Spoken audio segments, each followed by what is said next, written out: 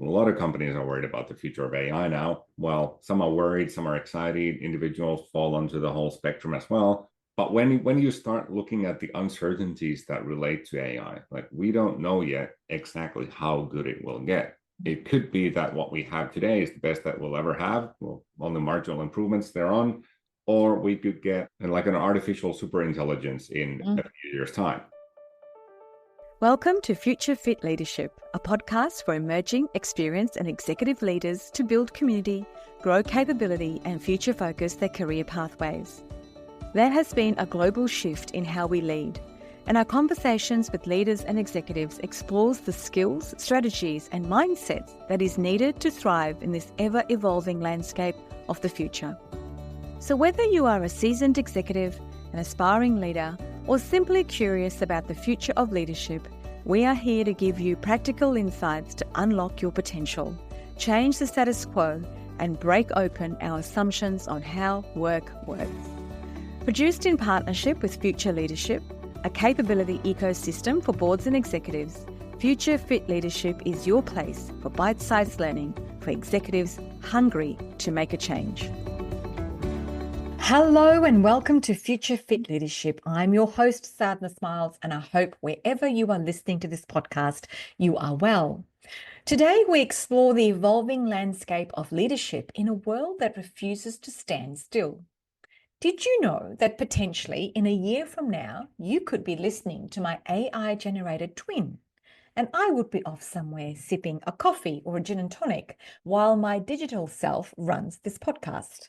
A slightly scary thought. And let's be honest, would you even be able to tell if it was me? Our guest today is Sami Makelainen.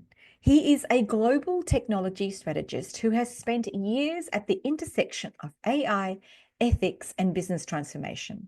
He has worked across Finland, North America, and now Australia, advising organizations on how to make sense of emerging technologies before they make sense of us.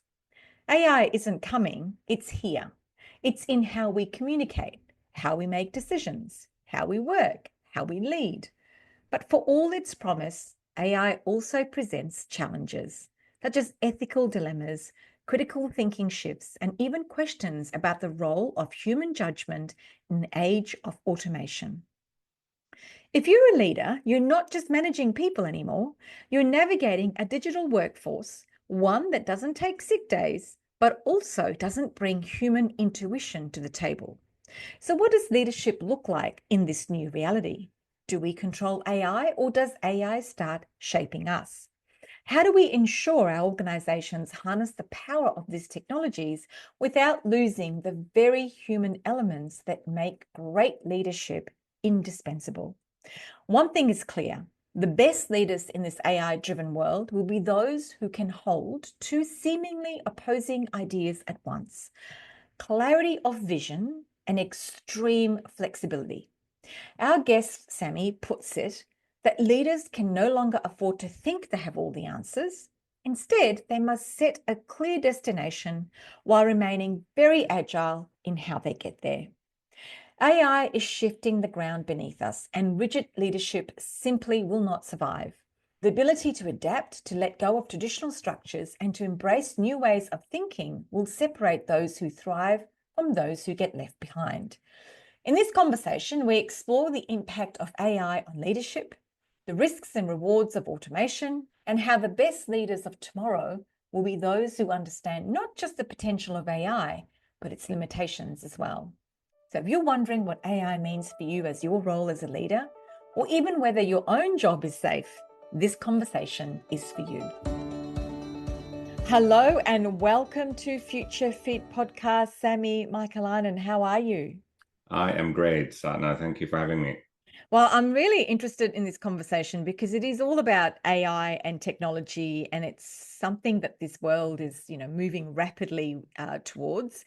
But I want to start at the beginning. What drew you to technology, and what has kept you engaged in this space for so long? Well, I was always a bit of a nerd, I suppose, growing up. So, I grew up in science fiction and surrounded by that kind of themes. So going into computer science after high school seemed like a natural choice. So I went in there, but then over the years, I kind of grew more interested in the societal aspects and the impact that technology has on people and society overall. So it's like intimately interwoven into everything we do now. Mm. And you've worked all over the world, haven't you, with this? Yeah, so I grew up in Finland. I worked in a couple of startups in Finland, then in North America, and now I've been in Australia for 15 years. Mm. What are the biggest shifts you've seen in how technology is shaping business in particular and as well as society?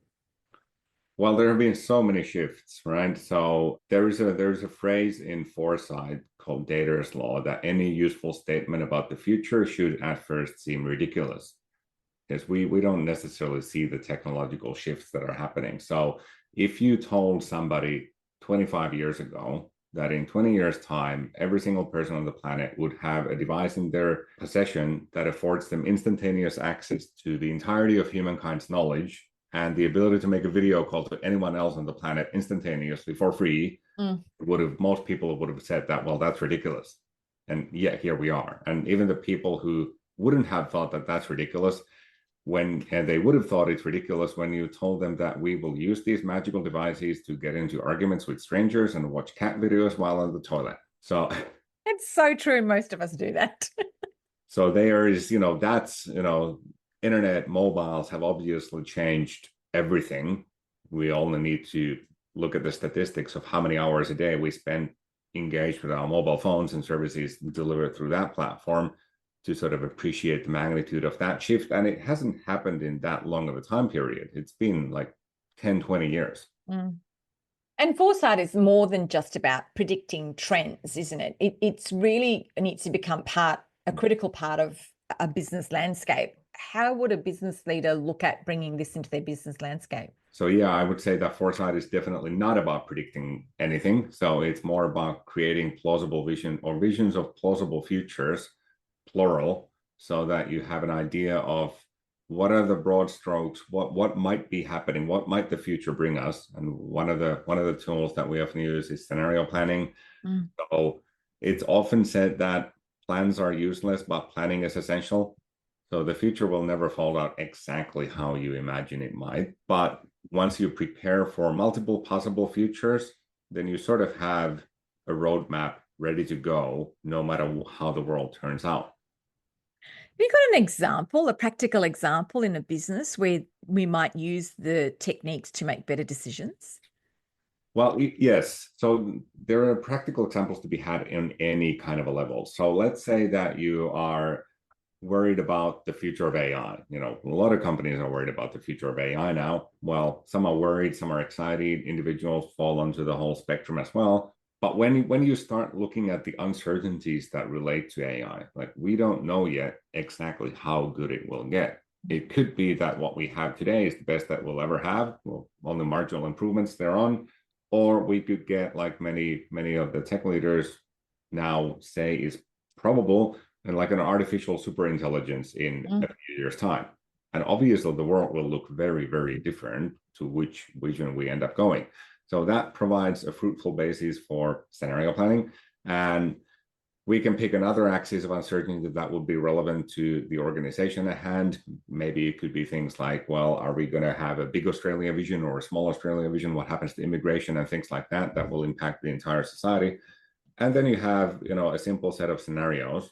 Once you start looking at the sort of strategies that make sense in each of those futures, more often than not, when you go through that exercise, you find what I call these no regrets actions. So there are actions that the organization or you as an individual, depending on the perspective that you're looking at it from, would take that would make sense no matter how the future turns out. So that's like a very easy stepping stone into some of this strategic foresight planning space, when you realize that, hey, there are some things, often there are simple things that you can and should do irrespective of how the future turns out. And that kind of starts diminishing the uncertainty a little bit and gives you more of a sense of agency about the future. And you can start making strategically better decisions regarding where the world is going to. And, when you look at ChatGPT, which has been the fastest growing take up of a piece of, AI technology particularly in the business world. I mean, if somebody had said that to us 4 years ago, that you're going to be using it to write all your comms, etc., we probably wouldn't have believed them. Yet I can now train my ChatGPT to talk or write exactly like me. Yes, that's exactly right. And that's one of the key things that makes this particular technology wave very, very different from the previous technology waves. I mean, I kind of feel like apologizing on behalf of the technology industry, because the technology industry has been misleading organizations for the past 20 years. We've said that, IoT would revolutionize everything, and the fourth industrial revolution would as well. And then there will be blockchain, and then there's quantum computing, and all these kind of things that have been, and metaverse. Metaverse was a big thing 3 years ago. All these things were ridiculously hyped at certain points in their life cycle. And usually they were reached peak hype before they were actually real. So everybody talked about the metaverse 3 years ago, and it didn't really exist. It still doesn't exist. Whereas generative AI, nobody talked about it before it was actually there. Different from I don't like to use the Gartner hype cycle terminology, because research shows that most technologies don't actually follow the hype cycle, but it's in a very different position in the hype cycle, in that nobody really talked about it before it was already here. Tell me, just sticking on this whole ChatGPT and critical thinking piece, what I'm concerned about is if we outsource a lot of the problem solving, writing, critical thinking pieces to AI or to automation, how do we protect some of that critical thinking pieces in business? I believe there has to be a blend of human and AI, but the human still makes the critical thinking decisions, because there are so many other emotional layers that you can add on top of that thought process or decision-making process. So how do business leaders handle that automation? So let me give you a two-part view on that. So I completely agree with the notion. Skill degradation is a fact. We as humans, we've seen this in many other industries and in many other contexts before, like aviation, for example. Given a pretty good automated system, people will use the pretty good automated system excessively, to the point that their own skills in whatever they were doing degrade. Like, we lose skills, and whether the skill is like manual flying out of aircraft or critical thinking, that's what happens, like on a broad trend basis. Having said that, that doesn't need to be the case. It's not that we need to. It's not that we inevitably outsource our thinking to AI. It's convenient to be able to do that. It's risky. So on a very practical level, on an organizational level, there are kind of like two ways an organization can approach any new technological capability in a neoliberal capitalistic society. We can do the same that we're doing today, but with less, usually human resources, or we can do more with the resources we have. And we wouldn't be talking about job impacts at all if all the corporations were in the second category. So, but we are anyway. So a lot of organizations are using these tools for efficiencies. Now that creates a risk. If you are able to get, for the sake of the argument, let's say 25% more efficient at a certain task by using AI.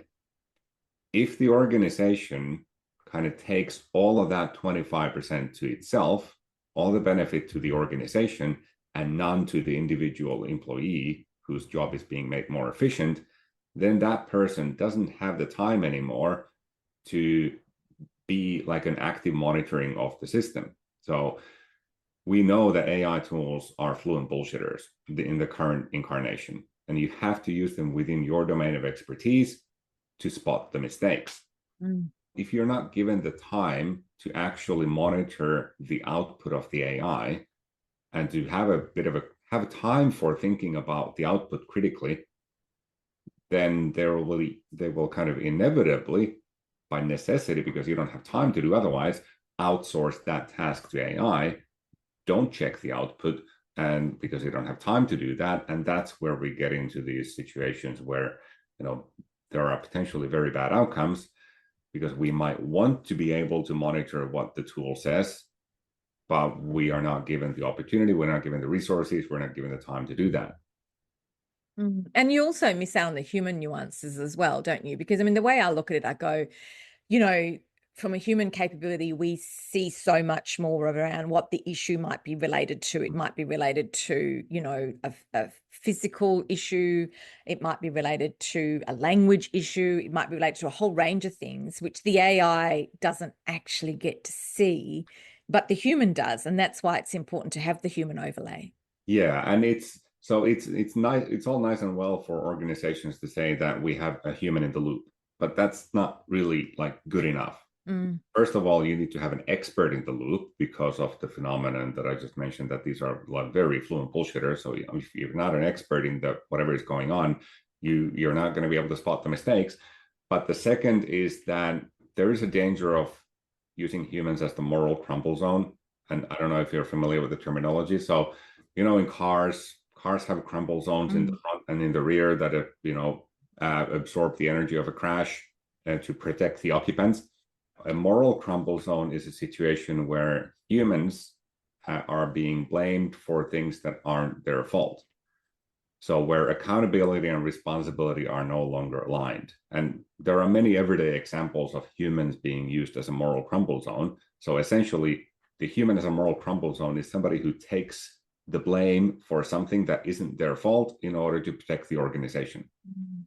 So if you think of all call center staff at utility companies or telcos or even banks, most of their working lives are copying abuse from customers 24/7 for stuff that isn't their fault. And when we automate things with AI, with any other system, we often feel like we need to have a human accountable for something. We need to have a human to hold accountable. If something goes wrong, we need to have somebody to blame. Like, this is the kind of a feature of our retributive justice system. But when that human is no longer responsible for the task at hand, it's a deeply unfair situation. Who do we blame then? We've actually literally got no one to blame. Yeah, I mean, this brings us to like a cultural shift requirement that we should actually look at it from a systems level, not find like the guilty parties, individuals. But you can see this starting to play out in many other domains as well. Say, there's a lot of talk about AI being used in education. And there are a lot of good use cases there. I mean, it'd be brilliant if all the students had like a fairly knowledgeable private tutor, essentially, to help them with math or whatever. And there are tools and software programs that will, adjust to the student's level of expertise, and they will give them like personalized assignments and personalized guidance and so on and so on. But where does that leave the teachers? So the teacher's role shifts from actually teaching the subject to making sure the kid sits at their computer. But if the educational outcomes aren't achieved, if something goes wrong, who do the parents blame? They blame the teacher. Nobody blames the software. That then leads to my question around the ethical dilemmas in the tech space. Who should be responsible for setting the ethical guardrails in technology? Like, do we look at governments? Do we look at companies? Do we look at the developers? Or is it a combination of all of them? Ideally, it'd be a combination of all of them. Right now, we're looking to precisely nobody, I suppose. Yeah. The US basically, with their incoming administration, did a 180-degree turn on regulating AI. So they're like hands off on all of that now. And I fear that has like global repercussions. There will be few countries that have the courage, I suppose, to implement any proactive regulation. I feel like most AI regulation that we're going to be having in Australia, for example, is going to be reactive. When something terrible goes wrong, then we will have mandatory regulation on that. And like we already have the responsible AI principles and things like that that I spent 18 months at Telstra operationalizing, which is a very painful exercise. So there is guidance out there. It's very imperfect guidance because right now most of the ethics frameworks are principles based, which means that they have words like, human rights and safety and transparency and explainability and fairness. Like, nobody will disagree with those words. But if you take just fairness, for example, once you actually get down to a project that uses AI for something, you get to these uncomfortable questions like, well, what is fair here anyway? And when you need to optimize to two or more variables in fairness, it's mathematically impossible to have an optimally fair system. So, it gets really complicated really fast. So to answer your question, like who should we look to regulating this? Ideally, we should have a government that sets mandatory guidelines on what can and cannot be done. We don't have any mandatory guidelines. We do have laws that apply to AI systems as they do to any systems, but in many cases, they're not really being enforced. So we have anti-discrimination laws and things like that, but they're not often applied or enforced. So there are legal frameworks that are applied to AI systems, but enforcement is kind of lacking. Now, having said that, people do like to say that the creators of the AI systems couldn't care less about anything else than income and profit. I don't think that's like, yes, they're corporations, they're for-profit entities. Well, OpenAI is trying to become a for-profit entity, but anyway, so it's their job to make money, right? However, if you look at, for example, OpenAI's model cards that they give out at every new model, they are actually doing a lot of good work on the background on trying to make sure the models are safe and they don't do any, really terrible things. They have a very thoughtful risk classification system and all that. So it's not true that the organizations themselves are not doing anything on that. They are, but yeah, I mean, they're mandatory frameworks for that. It's still, they are absent without leave. Mm. Just added to that, we talk about ethical guardrails, but what about some of the moral guardrails? So, we look at a business, for example, and, you live in Australia, and as you know, in Australia, we've had a lot of discussions around, gender parity, equity, diversity, and inclusion. And when you look at critical thinking or you look at any business, I would hope that most business leaders are looking at a future where they have an inclusive workplace. It reflects the communities they work in. They have a D&I policy. They understand what equity looks like and the impact on the women when equity isn't there. If we're going to give a lot of the critical thinking to AI, how do we ensure that AI has that level of understanding? Because if you've got a whole bunch of white men developing the AI, it's going to think like a whole bunch of white men, and that does concern me a little bit. So yes and no. So the systems are actually really good if you tell them explicitly to take the perspective of a member of the minority community or something else. They are really good at taking alternative perspectives. So as long as you don't just go along with all the defaults, you can actually use the systems to bring in diversity viewpoints into the process, whatever you're working on. And if you think of a team of, say, a dozen leadership and dozen C-level people, even if you have by all reasonable metrics a diverse leadership team, you will have elements that are missing, like maybe cognitive diversity, maybe cultural diversity, maybe educational diversity, and things like that. It's impossible to have all the groups represented in a small team. So you can actually use AI quite effectively to bring in some of those perspectives into the discussion. I get your point, like by default, these systems are biased because they have been largely trained on data that comes from the sort of weird society, so Western educated, industrialized, rich, democratic.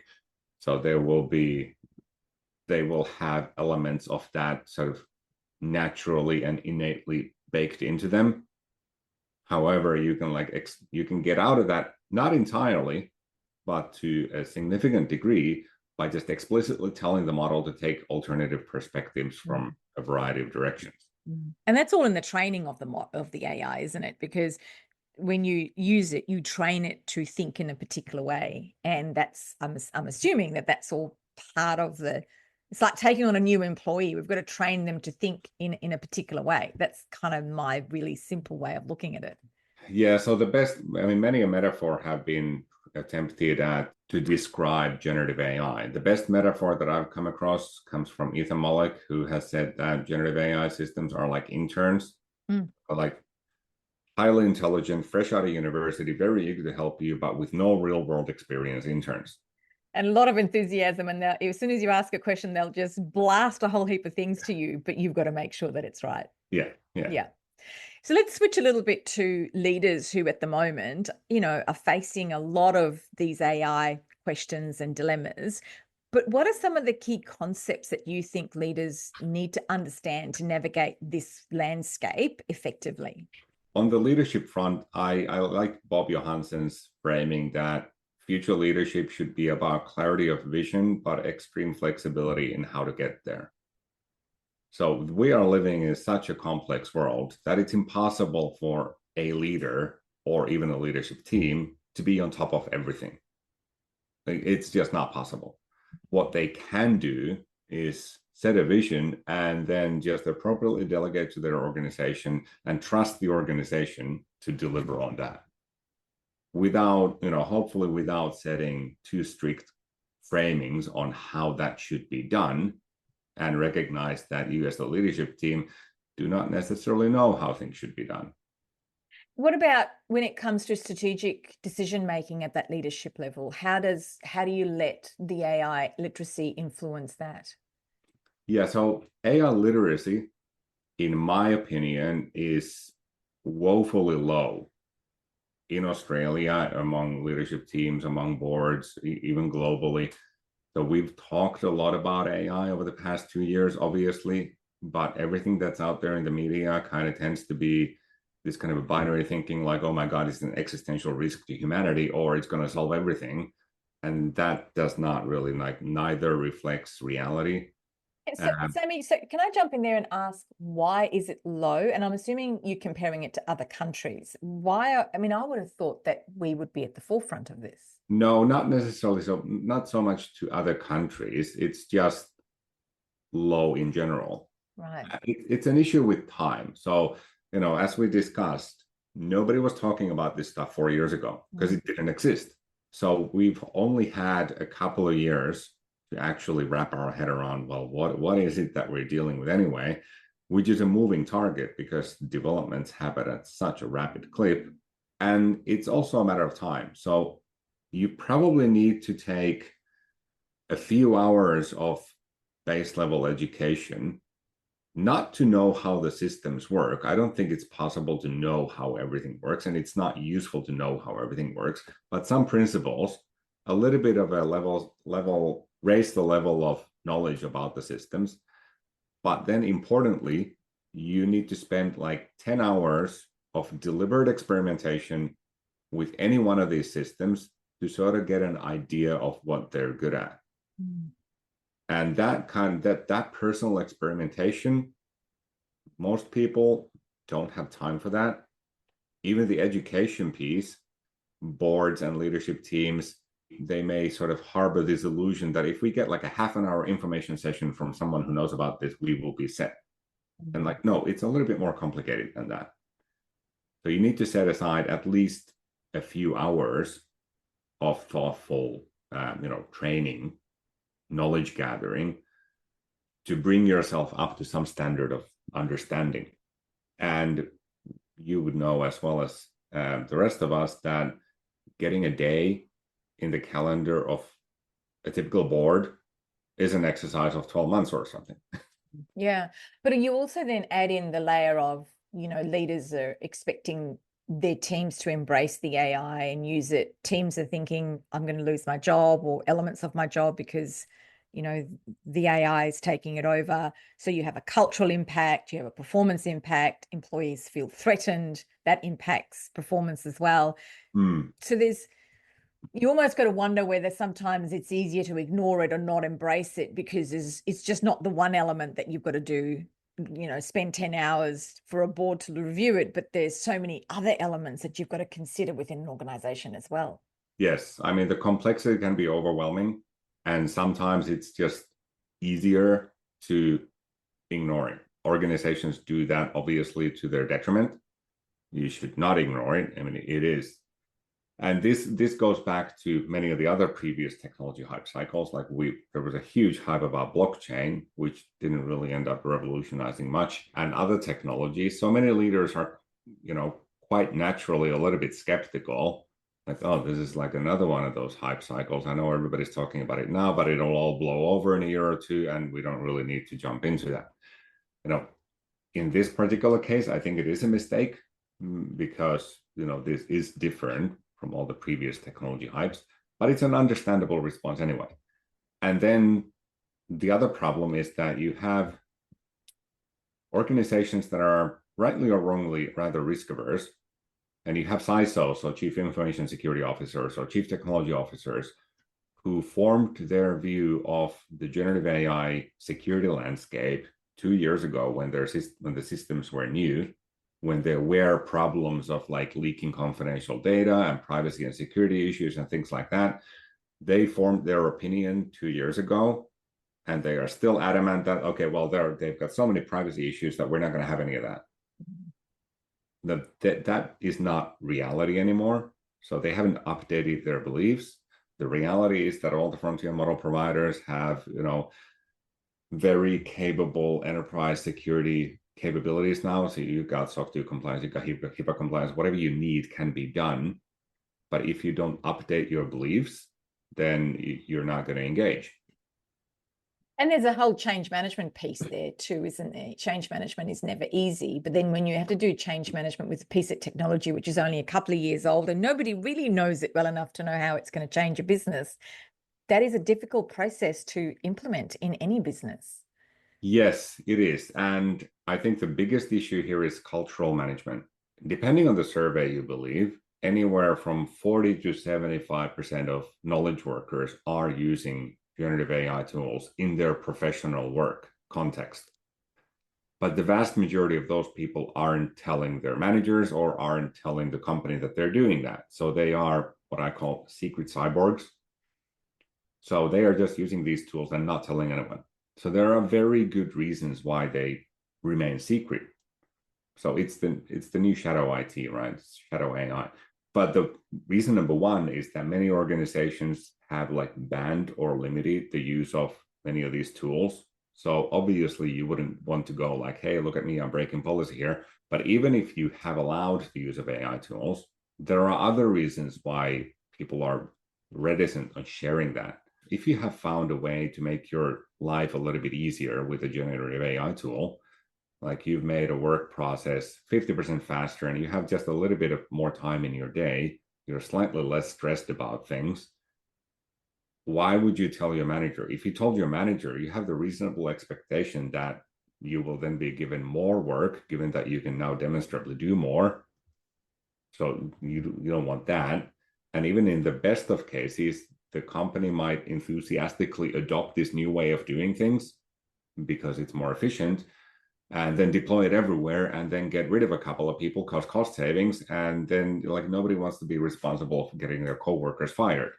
So there are a lot of cultural problems here. And even before it gets to that, there are cultural problems of how most of us think of work.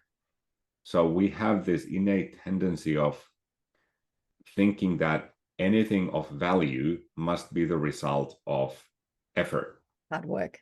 So yeah, if you spent like 2 months creating this awesome white paper on topic X, and then you send it around to colleagues and the management, and they're like, great work, this is awesome, that's going to be viewed one way.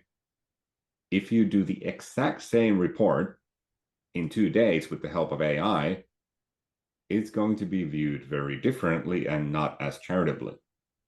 And that's a cultural issue within an organization. Just picking up the point where you said that almost 60-70% of employees are using AI tools without letting the company know that they're doing it. Isn't there another risk there where if you ignore it, then you also run the risk of people not using it in the correct way, the responses or the output not meeting the company ethics, values, culture? There's a whole other issue there that leaders then need to deal with if they've got employees doing that. Yes. So I just mentioned that all these privacy and security issues are solvable. However, in many cases, the individual employees use the free versions of these tools. Yeah. And those actually might have some security and privacy issues. The better data protections usually apply only to the premium plans. And, in the case of OpenAI, the team at the enterprise plans, at the pro plans, where you're like automatically opted out of your data being used for training purposes. So the irony is that when organizations have employees using these tools in secret, because maybe you've banned them, they then use the consumer versions of these, which might actually have some higher risks. The organizations imagine that they are de-risking themselves by banning the tools, where in reality, they are just creating more risk in doing that. Switching a little bit here, Sami, we're in a climate crisis, and we can see that by what's been happening globally in the last few years. What are the sustainability implications with our dependence on AI, and what should we be conscious of in terms of how we use it? A great question. So these are obviously rather power-hungry systems, and we've a lot about how, ChatGPT queries like pouring a, half a liter water bottle on the ground or whatever, which is like simplistic at best. So to give you a comparison point, so 200 queries on ChatGPT consume about 30 watt hours of electricity. An average, which sounds much, but it's not. So an average Australian household consumes 14 kilowatt hours of electricity per day. So, if you chat to ChatGPT for a few hundred times, with that energy, you'll be able to run your air conditioner for 40 seconds.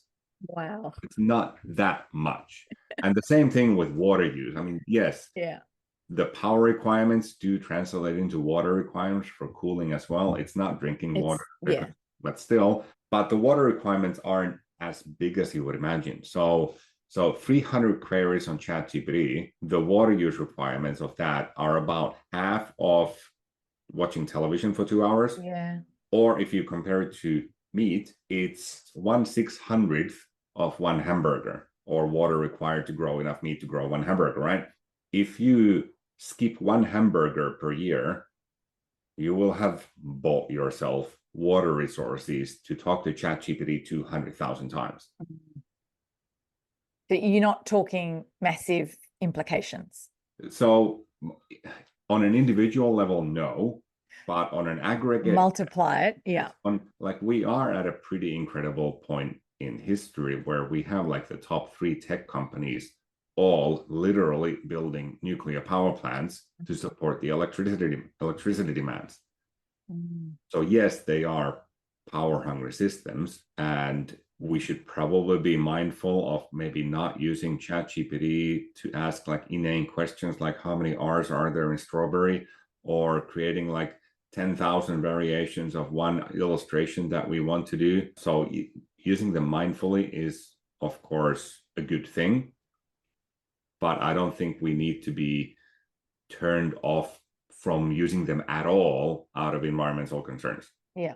Now, you've done a lot of work in Finland around quantum computing and the difference between quantum computing and classic computing. Now, I have no idea. What is the difference between the two? It's just an entirely different computing paradigm. So I can't remember which of the quantum computing experts said that, but there was something along the lines of, if you think you understand quantum mechanics, you don't. Right. So, that's good to know. I'm not the only one then. Yeah. So it is really difficult to put into any kind of useful words. I think the thing to know about quantum computing is that it could result in, massively interesting computational capabilities. We don't know whether it will yet. Simplifying only slightly, there are no practically useful quantum computers in the world. So we are not there yet. We're like, if, when, if, we don't know, we get to scale those systems up by another couple of orders of magnitude from where they are today, then we can start having like realistic impacts on the world, on the kind of computing problems that we might be able to solve that we hadn't before, and things like that. What sort of things would it be able to do that we can't do right now? Massively parallel computation. So I don't know if you know the traveling salesman problem. So the traveling salesman problem is like you're a salesperson, you have to optimize the route of, let's say, visiting 20 cities. These kind of network problems quickly become incredibly complex in terms of computational demands. How do you optimize that? And you have a lot of problems in this space from, biology and physics and cybersecurity as well, that could really benefit from this kind of different computing paradigm. So the biggest risk that people are talking about in quantum computing is that if we had a practically useful quantum computer, we would be able to break all cryptography that's used on the internet. Mm-hmm. That would be bad. But, there are now algorithms that are called quantum resistant algorithms. So new kinds of encryption algorithms that have recently been finalized, and they can be we can start to implement them, and we should start to implement them so that we can secure our systems, so that our systems like the internet and banking and online commerce and stuff like that will continue to be secure, even if at some future point we get quantum computers. So it's a known problem. It's a tractable problem. It's a big problem, but it's still something that it's manageable. Like on the other hand, we have a lot of material science, physics, biology questions or problems that could greatly benefit from things like quantum computers. So something maybe in the next 10 years, but as you said at the start of this conversation, you kind of got to plan for a future that you don't know a lot about right now, but it's only around the corner. Yeah, I mean, certainly getting mass scale quantum computers within 10 years is plausible. We could get there. Doesn't mean that we will, but it's one possible future that we do need to take into account. What do you think over the next 3, 5, 10 years will be the most disruptive AI trends that we probably need to think about and prepare for? It's really hard to predict that. There is a lot of chatter about AI systems or generative AI reaching artificial general intelligence. So AGI is used to refer to this kind of a system that can do anything a human behind a computer can, to simplify slightly, and as well as humans can. And then there is the artificial superintelligence, which means that it can do anything that a human behind a computer can, but better, right? So I don't know whether we will get to those kinds of systems in the near-term future, if ever. But I don't think we should just entirely dismiss that possibility either. So there are a lot of people very knowledgeable people, very smart people who are like, well, we're never going to get to AGI, and this is not the way to do that, and this is all overblown. At the same time, you have very knowledgeable people who are like, well, we're probably going to get there next year. Yeah. And who knows who's right? Time will tell. I'm reminded of Arthur C. Clarke's law. Clarke's first law went something along the lines of, I'm paraphrasing a little bit here, that when a distinguished but elderly scientist states that something is possible, he's almost certainly right. When he states that something is impossible, he's very probably wrong. So we're probably looking at a future where nobody really knows what's going to happen, but we should prepare for most of it. Yes. Yeah, exactly. And, this has always been true. Nobody has ever known what the future will bring. So it's not like this is a new situation we find ourselves in, but it is a situation where the kinds of futures we might be looking at kind of differ quite dramatically. So finally, if it wasn't me, and it is me, I'm human, and I promise you it's not a avatar of myself, but if AI was conducting this interview instead of me, how would it have been different, do you think? Well, it depends on the style of AI. I don't give it a year or two, and I don't think I would be able to tell if it was a human or not on the other end. These kind of digital avatars, digital twins, are getting so good that, within a year or so, I would guess that within a year or two, you will not be able to tell if the person on your Zoom call is real or not. And that's scary. It is. It could be one of two things. It could be your authorized digital twin. Just send your AI to a meeting that's boring, and that it'll report back on what happened. Or it could be an unauthorized digital twin, somebody impersonating as you. I think that scares me the most, because it's that theft of my identity that scares me. Whereas on the flip side, from a business perspective, if I could actually generate an AI, an avatar of myself that thinks like me and works like me, my output would be a hell of a lot more than what it is right now, right? Yeah. But at the same time, I don't want someone to steal my identity and use it for fraud, etc. So for most of us, anybody who has more than 30 seconds of video of them online, you can probably make an unauthorized digital twin that is indistinguishable from you. Like I'm so screwed then.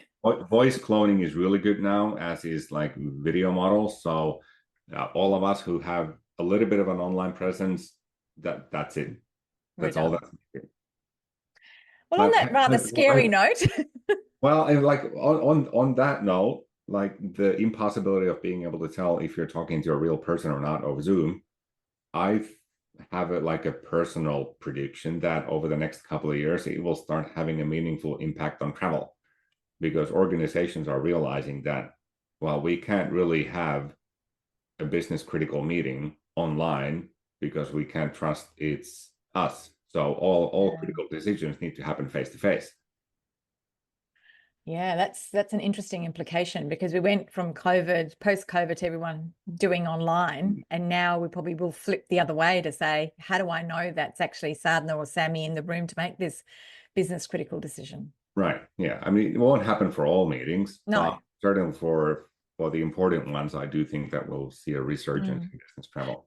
Will there be a way that you can, make it fail? I mean, I don't know. I mean, my flip to this is, if you didn't know it was really me, apart from the secret code that you might share with the real human, where might the AI fail to give you an indication that this isn't human? That's unpredictable. Unpredictable. It could do something stupid.